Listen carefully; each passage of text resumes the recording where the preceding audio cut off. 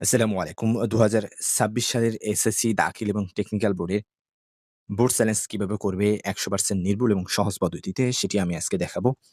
শুরুতেই এই video description বক্সের উপরে দেখে একটি লিঙ্ক পাবে, যে লিঙ্কে ক্লিক করলেই এরকম একটি পেজ নিয়ে আসবে। যেখানে উপরে থ্রি ডট মেনুতে হোম এবং হেল্প এবং বোর্ড লগইন পেয়ে যাবে। এর পাশেই রয়েছে বাংলা এবং ইংরেজি করার অপশন। আমি সুবিধার্থে বাংলা করে নিলাম। শুরুতে রয়েছে শিক্ষার্থীর তথ্য। প্রথমেই রয়েছে আপনার বোর্ড নির্বাচন করুন। এখানে তুমি যে বোর্ড থেকে পরীক্ষা দিচ্ছ সেটি সিলেক্ট করবে এবং যদি মাদ্রাসা হয়ে থাকে তাহলে মাদ্রাসা এবং টেকনিক্যাল হয়ে থাকলে টেকনিক্যাল। মাদ্রাসার এবং টেকনিক্যাল শিক্ষার্থীদের জন্য বলছি, তোমরা বাংলাদেশের যে প্রান্ত থেকেই পরীক্ষা দাও না কেন, তুমি যদি মাদ্রাসা থেকে দাখিল পরীক্ষায় অংশগ্রহণ করে থাকো তাহলে তুমি সিলেক্ট করবে মাদ্রাসা, এবং তুমি বাংলাদেশের যেকোনো প্রান্ত থেকে যদি টেকনিক্যাল কারিগরি শাখা পরীক্ষা দিয়ে থাকো তাহলে তুমি টেকনিক্যাল এটা সিলেক্ট করবে। আমি যশোর বোর্ডের একটি একজন শিক্ষার্থীর তথ্য ব্যবহার করে আমি এটা দেখাচ্ছি, যার জন্য আমি যশোর বোর্ড সিলেক্ট করলাম। এরপরে সেই শিক্ষার্থীর রোল নম্বরটি এখানে লিখতে হবে। তোমরা অবশ্যই এগুলো লেখার সময় একটু খেয়াল করে লিখবে এবং অবশ্যই যাচাই করে নিবে একবার। এরপরে লিখতে হবে সেই শিক্ষার্থীর রেজিস্ট্রেশন নম্বরটি। আমি রেজিস্ট্রেশন নম্বরটি লিখছি।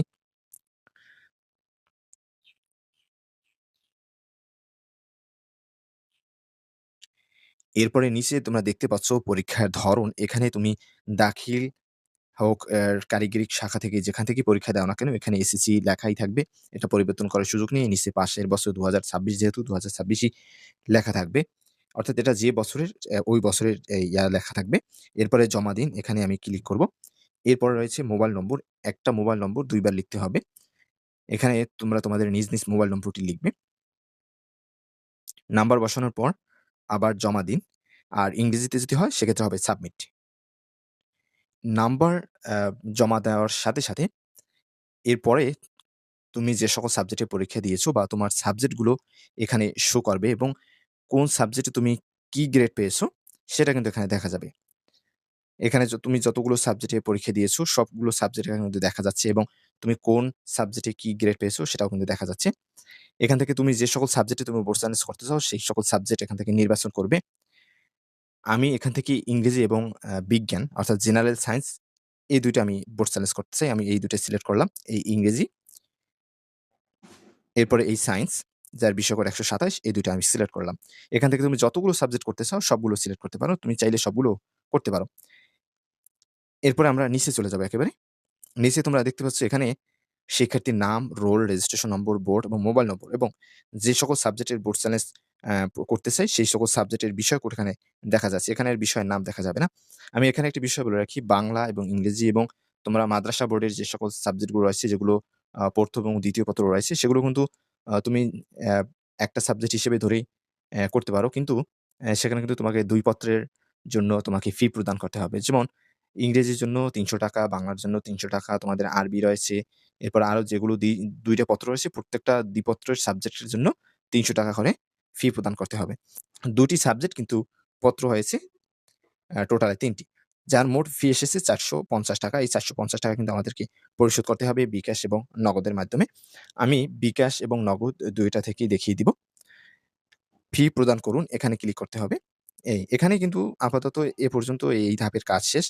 এখন দেখো উপরে কিন্তু সেই যে বিষয় কোড সহ সাবজেক্টগুলো এখানে শো করছিল, অর্থাৎ গ্রেড পয়েন্ট সহ, সেটা কিন্তু এখানে আর নেই। এখানে এখন লেখা রয়েছে মোট পরিশোধযোগ্য টাকার পরিমাণ। এর পরবর্তী যে কাজ সেটা হচ্ছে এখানে যে ৳৪৫০, এই পরিশোধযোগ্য ৳৪৫০ আমাকে নগদ, বিকাশ অথবা সোনালী ই-ওয়ালেটের মাধ্যমে পরিশোধ করে আসতে হবে। এরপর এখানে কাজ। তাহলে আমি নগদে প্রবেশ করলাম। নগদে প্রবেশ করার পর তোমরা নিচে পেমেন্টস, এরপরে রয়েছে বিল পে, এখানে ক্লিক করবে। ক্লিক করার পর এখানে তোমরা সার্চ দিবে এসএসসি লিখে। এরপরে তোমরা পেয়ে যাবে এসএসসি রেস্কিউনিটি ২০২৬। এটা সিলেক্ট করলে এখানে রোল নম্বরটি লিখবে 216662। রোল নম্বর এখানে বোর্ডটা সিলেক্ট করবে। এরপর নেক্সট ক্লিক করার সাথে তোমরা দেখতে পাবে শিক্ষার্থীর নাম, রোল, বোর্ড, ইয়ার এবং অ্যামাউন্টটি এখানে শো করছে। আমি যেহেতু বিকাশ থেকেও দেখিয়ে দিব, যার জন্য আমি এখান থেকে আর পে করলাম না। আমি বিকাশে চলে যাই। বিকাশে চলে যাওয়ার পর আরো দেখুন, এখানে ক্লিক করার পর তোমরা এডুকেশন ফি নামক একটি আইকন দেখতে পাবে। এখানে ক্লিক করবে। এখানে ক্লিক করার পর সেই আগের মতো এখানেও লিখবে এসএসসি। লেখার সাথে উপরে চলে আসবে এসএসসি ২০২৬ রেস্কিউনিটি এটা।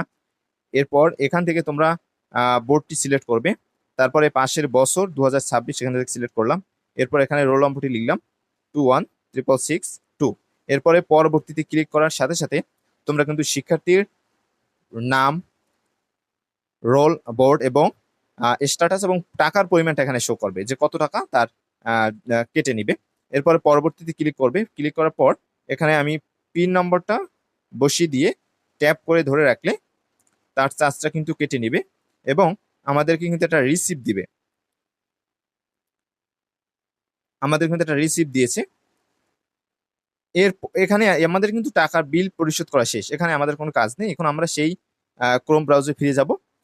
ফিরে গিয়ে এই যে জমা দিন, এখানে ক্লিক করব। জমা দিনে ক্লিক করার সাথে সাথে তোমরা দেখবে এখানে 450 এটা 00 হয়ে গিয়েছে এবং এখানে লেখাটা চলে গিয়েছে। যেমন আমি জমা দিনে ক্লিক করলাম, দেখো পেমেন্ট সফলভাবে যাচাই হয়েছে এবং উপরে দেখো লেখা রয়েছে আপনার আবেদন সফলভাবে জমা দেওয়া হয়েছে এবং যদি ইংরেজিতে হয় thank you, your application has been submitted successfully.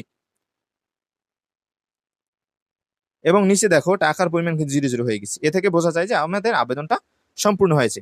এরপরও যদি তোমাদের আবেদন করতে সমস্যা হয় অবশ্যই আমাকে হোয়াটসঅ্যাপ বা ইমোতে অথবা আমাকে মেসেঞ্জারে তোমরা নক করতে পারো। ইনশাল্লাহ আমি তোমাদেরটা খুব সহজে নির্ভুলভাবে করে দিব।